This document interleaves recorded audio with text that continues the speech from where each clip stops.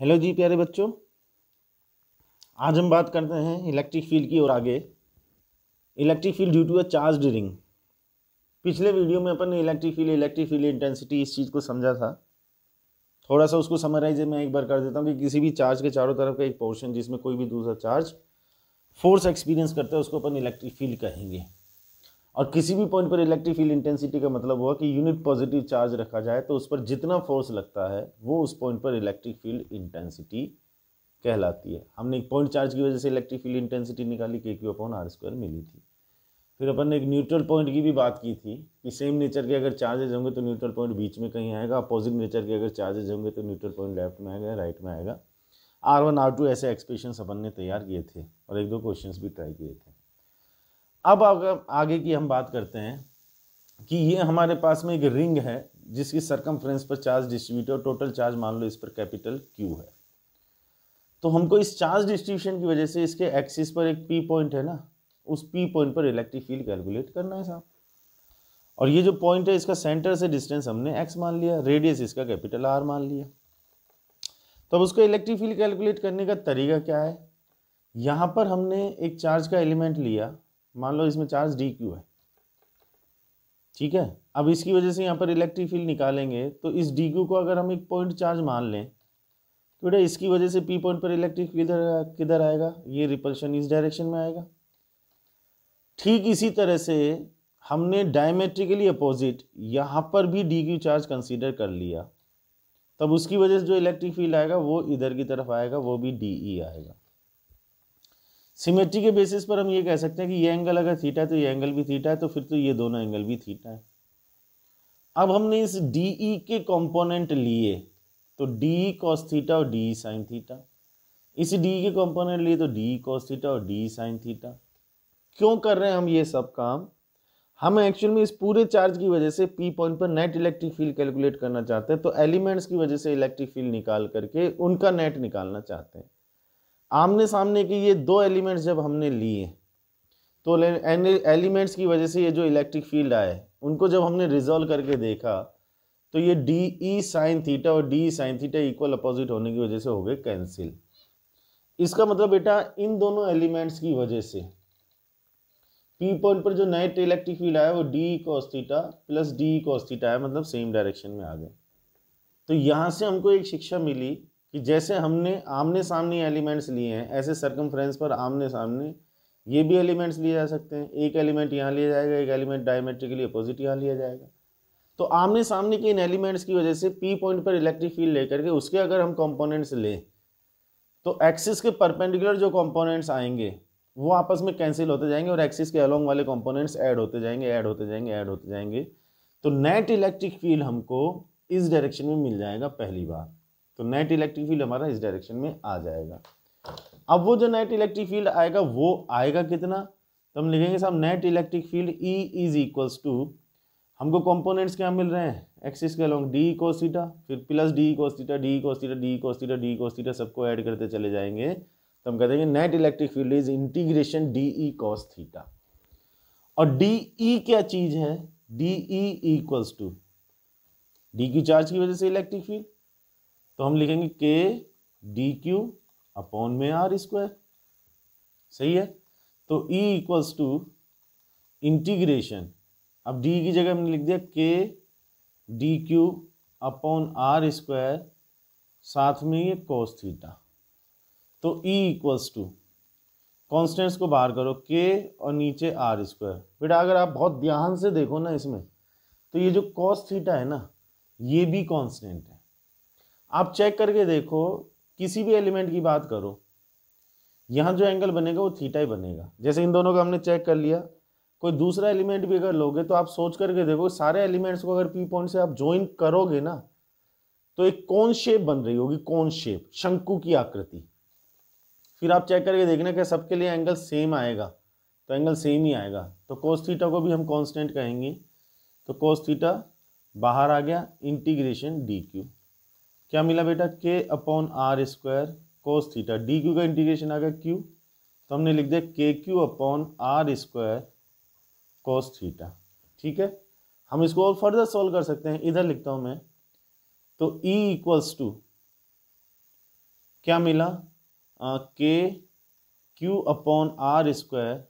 अब cos theta को क्या लिख सकते हैं, बेस अपॉन हाइपोटेनस, मतलब अपन लिख सकते हैं एक्स अपॉन आर। तो ई इक्वल्स टू ये आ गया k Q x upon r q, और E equals to k Q x upon, अब पाइथागोरस से ऐसा लिखा जा सकता है r square plus x square, और ये पावर में 3/2। बोलो बात समझ में आ रही है क्या। तो ये हमको एक्सिस पर इलेक्ट्रिक फील्ड मिल गया, ठीक है ना, रिंग के एक्सिस पर इलेक्ट्रिक फील्ड के Q x upon are square plus x square whole power 3/2। अच्छा, यहाँ से सेंटर पर अगर इलेक्ट्रिक फील्ड निकालना चाहें तो सेंटर के लिए क्या लिखना चाहिए, x equals to 0। X equals to 0 करेंगे तो ई इक्वल्स टू 0 आ जाएगा, तो सेंटर पर इलेक्ट्रिक फील्ड विल बी 0। बोलो ये बात अपन को समझ में आई क्या। तो एक्सिस पर ये आ गया, सेंटर पर अपन ने चेक किया तो 0 आ गया, ठीक है। अब एक छोटा सा एक्सप्रेशन में बता देता हूं, उसको किसी भी सर्कुलर आर्क के लिए आप काम में ले लेना। एक सर्कुलर आर्क मान लो ऐसा है, ठीक है, और यहां कहीं इसका ये सेंटर है, ओके, और बेटा मान लो ये एंगल अल्फा है। हालांकि इसका डेरिवेशन है, वो डेरिवेशन में आपको बता नहीं रहा हूं, लेकिन ये एक्सप्रेशन आपके काम आ जाता है कई बार। और इस पर इस तरीके से चार्ज डिस्ट्रीब्यूट है, यूनिट लेंथ में जो चार्ज है वो लैम्बडा है, चार्ज पर यूनिट लेंथ, जिसको अपन बोलते हैं लीनियर चार्ज डेंसिटी। क्या बोलते हैं, लीनियर चार्ज डेंसिटी, मतलब यूनिट लेंथ में जो चार्ज है वो इतना है साहब। तो इसकी वजह से इस पॉइंट पर इलेक्ट्रिक फील्ड कितना आएगा, रेडियस हमने आर मान लिया, तो वो इलेक्ट्रिक फील्ड आता है E equals to 2k lambda upon r और साइन α/2। आप इसको डायरेक्टली याद रख लो। अब आप इसको पूरी रिंग के लिए भी अप्लाई कर सकते हो, सेमी सर्कल के लिए अप्लाई कर सकते हो, 1/4 के लिए अप्लाई कर लो, 2/3 के लिए अप्लाई कर लो। मैंने तो आपको एक जनरल एक्सप्रेशन बता दिया कि एक सर्कुलर आर्क है जो सेंटर पर अल्फा एंगल बनाता है, तो उसकी वजह से सेंटर पर जो इलेक्ट्रिक फील्ड आएगा वो 2k lambda upon are sign α/2 आएगा। अब आप इसको अलग अलग केसेस में अप्लाई कर सकते हो रिंग के लिए, ठीक है। तो ये छोटा सा एक्सप्रेशन आप अपने दिमाग में रखना। अब एक इंपॉर्टेंट और नई चीज और हमारे सामने आती है, जिसको हम कहते हैं इलेक्ट्रिक डाइपोल। क्या कहते हैं, इलेक्ट्रिक डाइपोल। एक्चुअली में हमको एक इलेक्ट्रिक डाइपोल की वजह से इलेक्ट्रिक फील्ड कैलकुलेट करना है। तो पहले तो हम इलेक्ट्रिक डाइपोल का मतलब समझे क्या है। इलेक्ट्रिक डाइपोल में क्या होता है बेटा, 2 पॉइंट चार्ज होते हैं, पास पास रखे होते हैं, दोनों इक्वल होते हैं और दोनों अपोजिट होते हैं। क्या क्या शर्तें हैं, पास पास, पॉइंट चार्ज, इक्वल, अपोजिट। इनके बीच का डिस्टेंस मान लो d। ये जो सिस्टम होता है, इस सिस्टम को ही हम इलेक्ट्रिक डाइपोल बोलते हैं, ठीक है। अब इलेक्ट्रिक डाइपोल में एक चीज डिफाइन की जाती है जिसको अपन बोलते हैं डाइपोल मोमेंट। क्या बोलते हैं, डाइपोल मोमेंट, ठीक है। वो होता है बेटा P, that is equals to QD। तो डाइपोल मोमेंट का मतलब क्या होगा, दोनों में से कोई सा भी एक चार्ज लो और डिस्टेंस से मल्टीप्लाई कर दो, डाइपोल मोमेंट आ जाएगा। ये एक्चुअल में एक वेक्टर क्वांटिटी है बेटा, तो इसको अपन बोलते हैं P vector equals to QD vector. अब इसका डायरेक्शन कौन सा होगा, इसका डायरेक्शन होगा, हमेशा याद रखना, नेगेटिव चार्ज से पॉजिटिव चार्ज की तरफ डायरेक्शन होगा, नेगेटिव से पॉजिटिव की तरफ होगा हमेशा डाइपोल मोमेंट। क्लियर। तो ये एक डाइपोल मोमेंट हमको मिल गया। अब हमको इस इलेक्ट्रिक डाइपोल की वजह से इलेक्ट्रिक फील्ड निकालना है। कहाँ कहाँ निकालना है, एक्सिस पर और इक्वेटोरियल लाइन पर। तो फर्स्ट केस मैंने लिया ऑन द एक्सिस। कहाँ पर, ऑन द एक्सिस। अब एक्सिस का मतलब क्या है, डाइपोल के दोनों चार्जेस को बेटा ज्वाइन करने वाली जो लाइन है, इस लाइन को आप कहीं से कहीं तक भी ले जाओ सीधा, ये हमारे डाइपोल का एक्सिस है पूरा का पूरा। तो हमको एक्सिस के किसी पॉइंट पर इलेक्ट्रिक फील्ड निकालना है। हमने यहाँ पर P पॉइंट ले लिया, हमने कहा साहब डाइपोल की वजह से P पॉइंट पर इलेक्ट्रिक फील्ड निकालो, ठीक है साहब। तो हमने ये जो डाइपोल का मिड पॉइंट है ना, इस मिड पॉइंट से P पॉइंट का डिस्टेंस ले लिया R, मिड पॉइंट से P पॉइंट का डिस्टेंस ले लिया R। अब इलेक्ट्रिक फील्ड निकालने का तरीका क्या है, वही बेसिक प्रिंसिपल ऑफ सुपरपोजिशन कि भाई चार्जेस की वजह से डायरेक्शन दिखाओ, मैग्नीट्यूड लिखो, रिजल्ट निकालो। तो प्लस Q की वजह से इलेक्ट्रिक फील्ड इस डायरेक्शन में आ गया E1, माइनस Q की वजह से इलेक्ट्रिक फील्ड इधर आ गया E2, ये आ गया डायरेक्शन। अब हम E1 की अगर बात करें तो E1 इक्वल्स टू, फॉर्मूला तो क्या चलेगा, KQ अपॉन R स्क्वायर, तो लिखेंगे KQ अपॉन, अब इस चार्ज से पॉइंट का डिस्टेंस कितना आएगा चेक करो, क्या R - D/2 है, तो R - D/2 का होल स्क्वायर, ये आ रहा है राइट में। नेगेटिव की वजह से लिखेंगे तो E2 equals to KQ upon distance check करो r प्लस d/2 है का स्क्वायर, ये आ रहा है लेफ्ट में। नेट इलेक्ट्रिक फील्ड की बात करेंगे तो डायरेक्शन अपोजिट है, ज़्यादा वाले में से कम वाले को कर देंगे माइनस, ये ज़्यादा है ये कम है, तो net electric field E1 minus E2 equals to KQ upon r minus d/2 का होल स्क्वायर, और माइनस में KQ upon r plus d/2 का होल स्क्वायर।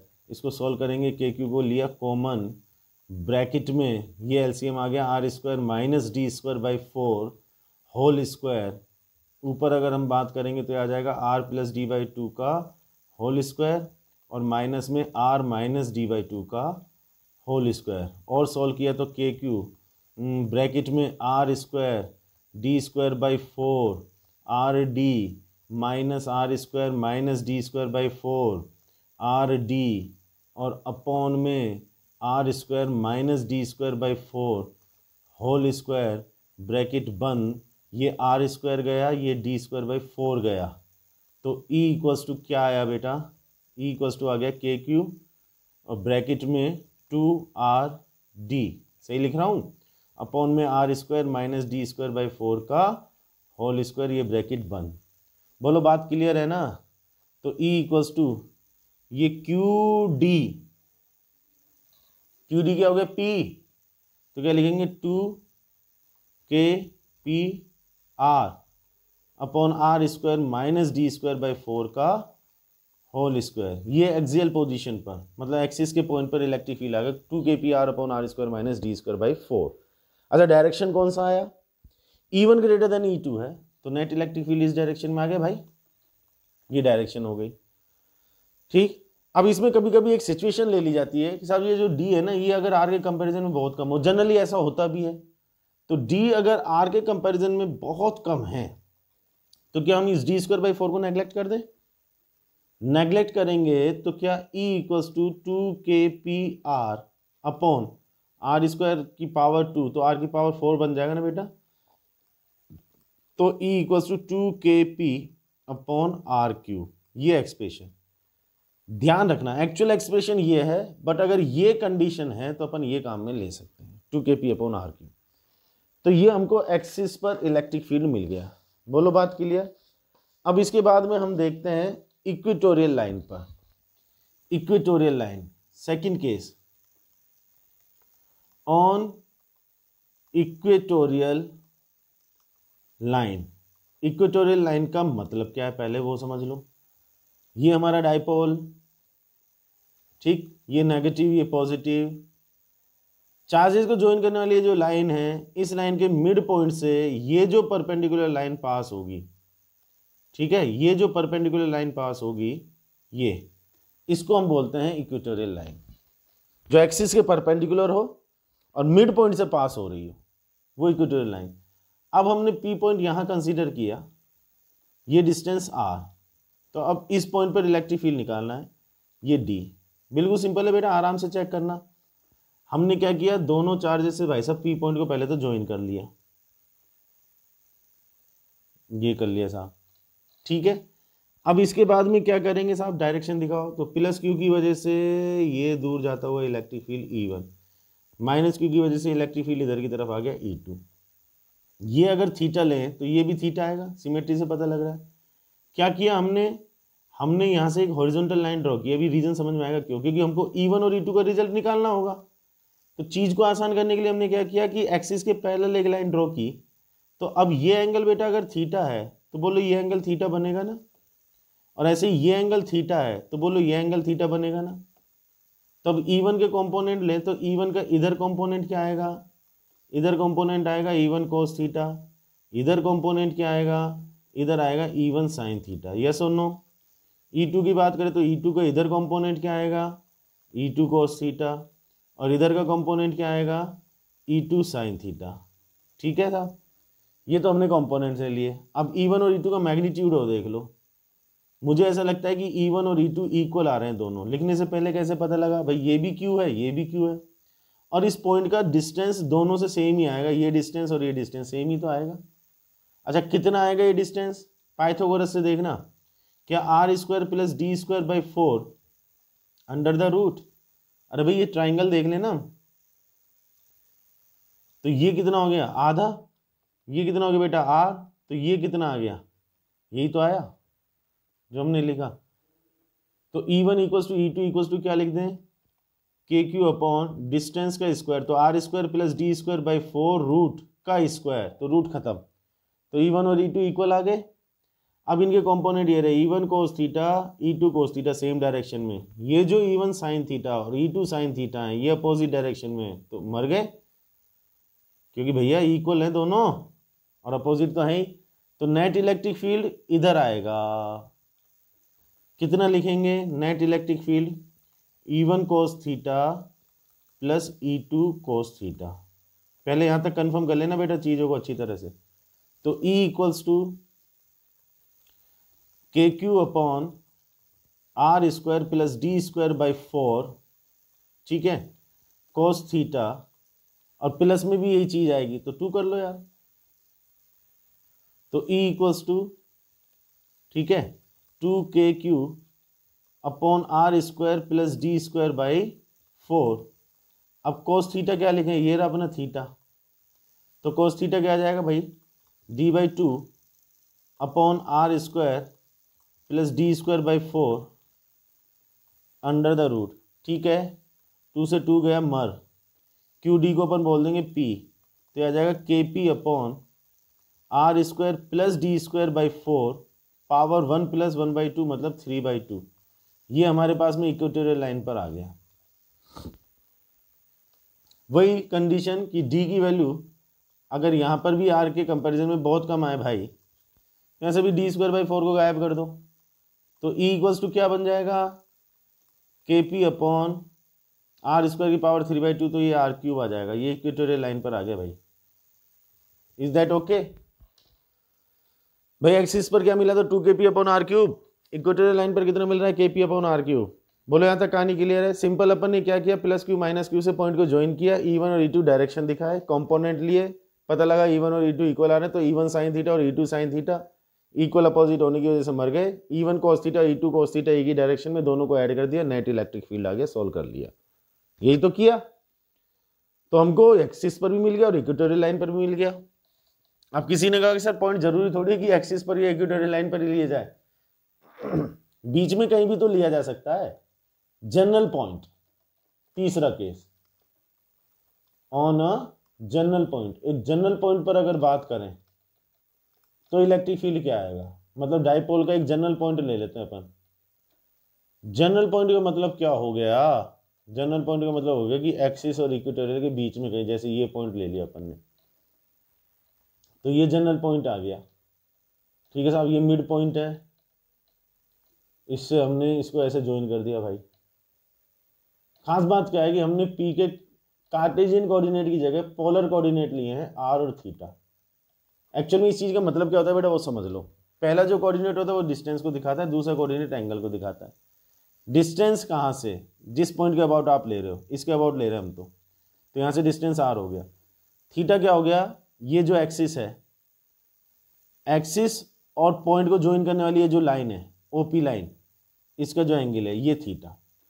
तो आर थीटा का मतलब, तो आर थीटा में आर का मतलब तो हो गया ये वाला डिस्टेंस, और थीटा का मतलब हो गया वो जो लाइन है उसका एक्सिस के साथ में एंगल। ठीक है साहब।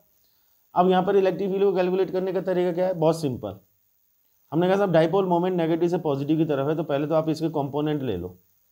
इधर कंपोनेंट आ जाएगा P cos थीटा, और एक कंपोनेंट इसके परपेंडिकुलर इधर की तरफ आ जाएगा P sin थीटा। P की बात छोड़ें, हम कहेंगे साहब P cos थीटा और P sin थीटा की वजह से निकाल लो, इनका रिजल्ट निकाल लो। अरे P की वजह से निकालना है तो उसके कंपोनेंट की वजह से निकाल लो ना। तो या तो P की बात कर लो या P cos थीटा और P sin थीटा की बात कर लो। हम P cos थीटा की वजह से इस पॉइंट पर इलेक्ट्रिक फील्ड को निकालना चाहते हैं, तो उसके लिए हमने क्या किया, ये जो OP लाइन है इसको इमेजिन करो बेटा कि उठा करके साइड में अगर रख दिया जाए ऐसे OP लाइन को, तो ये P cos थीटा हमारा इधर की तरफ है ना, O से P की तरफ है या नहीं है। क्यों कर रहे हैं हम ऐसा, P cos थीटा इधर की तरफ है, तो हम इमेजिन कर सकते हैं कि साहब यहाँ पर एक डाइपोल होगा जिसका नेगेटिव चार्ज यहाँ पर है, पॉजिटिव चार्ज यहाँ पर है, क्योंकि डाइपोल मोमेंट इधर की तरफ आ रहा है P cos थीटा। तो पी cos थीटा की वजह से जब हम पी पॉइंट पर इलेक्ट्रिक फील्ड की बात करेंगे तो एक एक्सियल कंडीशन बन रही है कि ध्यान से देखो, ये एक्सियल कंडीशन बन रही है या नहीं, ये एक्सियल कंडीशन बन रही है या नहीं बन रही, बन रही है ना। तो एक्सिस पर इलेक्ट्रिक फील्ड किधर आता है, डाइपोल मोमेंट के डायरेक्शन में। तो हम कहते हैं पी cos थीटा की वजह से इलेक्ट्रिक फील्ड इवन आ गया इस डायरेक्शन में। अच्छा एक्सिस पर मिलता कितना था, एक्सिस पर मिलता था भाई 2kp, लेकिन p की जगह क्या बोलना चाहिए अपन को, p cos थीटा, क्योंकि ये है, और अपॉन में r3।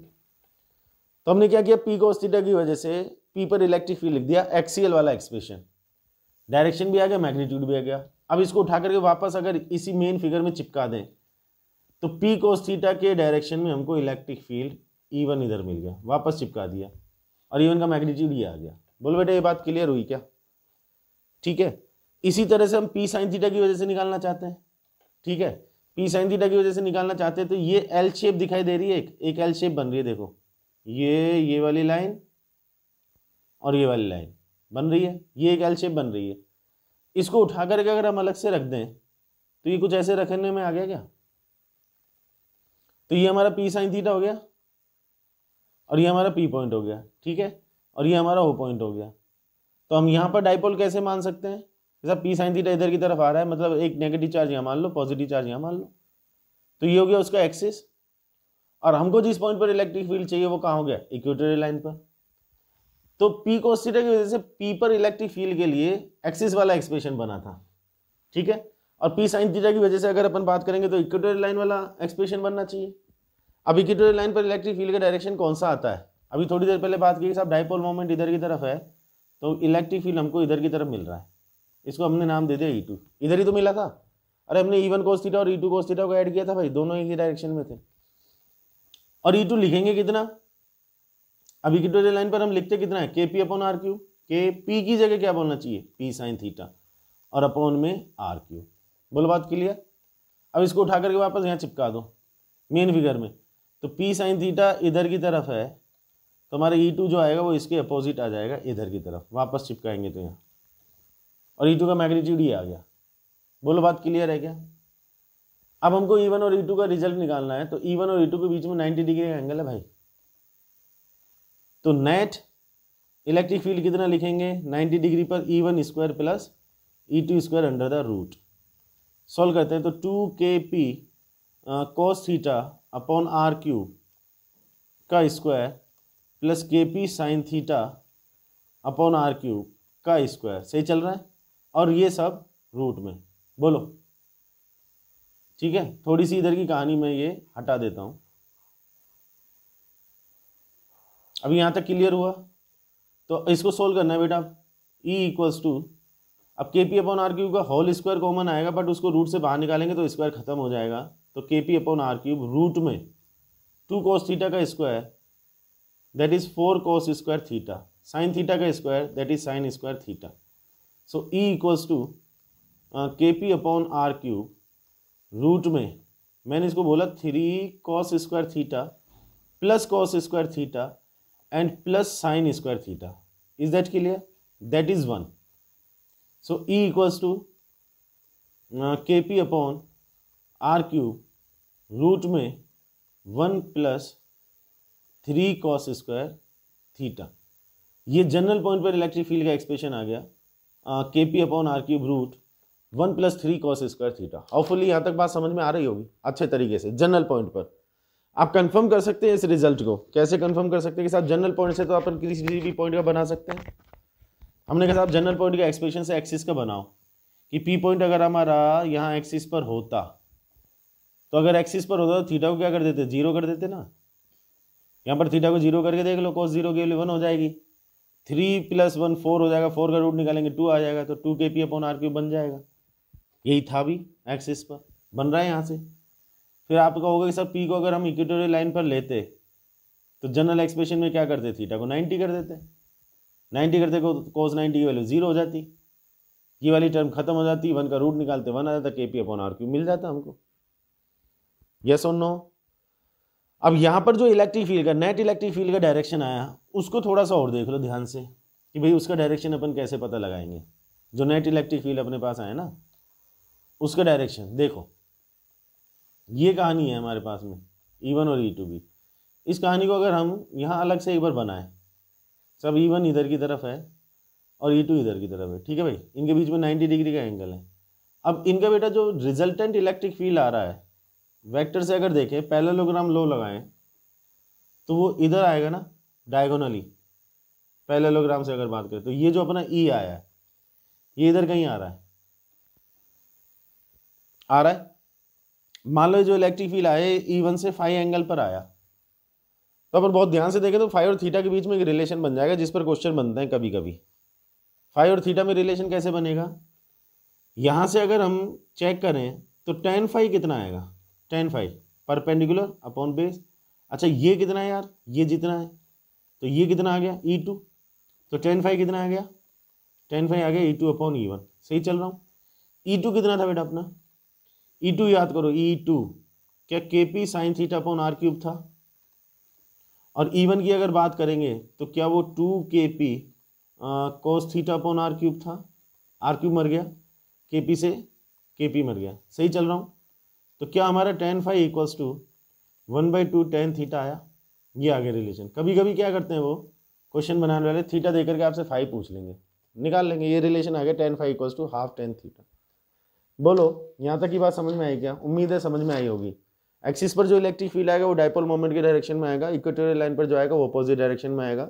जनरल पॉइंट पर अपन को निकालना है तो P के कंपोनेंट लेकर के P cos थीटा की वजह से तो एक्सिस वाला लिख दो, P sin थीटा की वजह से इक्वेटोरियल लाइन वाला लिख दो, 90 डिग्री का एंगल कह करके रिजल्टेंट निकाल लो √E1 square plus E2 square से। कंफर्म कर लिया उसको, उससे एक्सिस का एक्सप्रेशन भी बन रहा है, इक्वेटोरियल लाइन का एक्सप्रेशन भी बन रहा है। बोलो यहाँ तक बात समझ में आई क्या, 100% तरीके से। तो एक बार के लिए अपनी इलेक्ट्रिक फील्ड से रिलेटेड जो कहानी है, मैं ये तो नहीं कहूँगा पूरी कंप्लीट हो गई है, बट काफ़ी कुछ इलेक्ट्रिक फील्ड से रिलेटेड अपन ने डिस्कस कर लिया है। आगे फिर वो इलेक्ट्रिक फील्ड लाइन्स आएंगी, इलेक्ट्रिक फ्लक्स आएगा, तो दोबारा एक बार इलेक्ट्रिक फील्ड की अपन को ज़रूरत पड़ेगी, ठीक है। बाकी एक बार के लिए हमारा इलेक्ट्रिक फील्ड वाला काम कंप्लीट हुआ। अब नेक्स्ट जो अपन वीडियो लेंगे, ठीक है ना, उसमें मैं सोच कर ये चल रहा हूँ कि कुछ इलेक्ट्रिक पोटेंशियल से रिलेटेड अपन बात कर लें। इलेक्ट्रिक पोटेंशियल से रिलेटेड अपन नेक्स्ट वीडियो में बात कर लेंगे, और फिर आगे electric flux, electric field lines, ये सारी चीज़ें अपन लेकर के चलेंगे। कहने का मतलब ये है कि कहानी अभी काफ़ी कुछ बाकी है, काम कंप्लीट नहीं हुआ है अभी। तो मैं 50% भी नहीं कहूँगा इलेक्ट्रोस्टैटिक्स हुआ है, ठीक है। तो इन चीज़ों को देख लेना बेटा, ये बढ़िया चीज़ें, यहाँ से क्वेश्चंस वगैरह हर जगह बनते हैं, बोर्ड में, जेई में, नीट में, हर जगह पर क्वेश्चंस बनते हैं। तो चीज़ों को थोड़ा सा ध्यान से देखना और समझना। फिर कोई प्रॉब्लम हो तो बताना, ठीक है, कमेंट बॉक्स में भी आप डाल सकते हो। बाकी फिर नेक्स्ट वीडियो के साथ में अपन जल्दी ही मुलाकात करते हैं। See you soon, till then take care, पढ़ाई करो अच्छे तरीके से, ठीक है ना। थैंक यू वेरी मच, मिलते हैं फिर, बाय।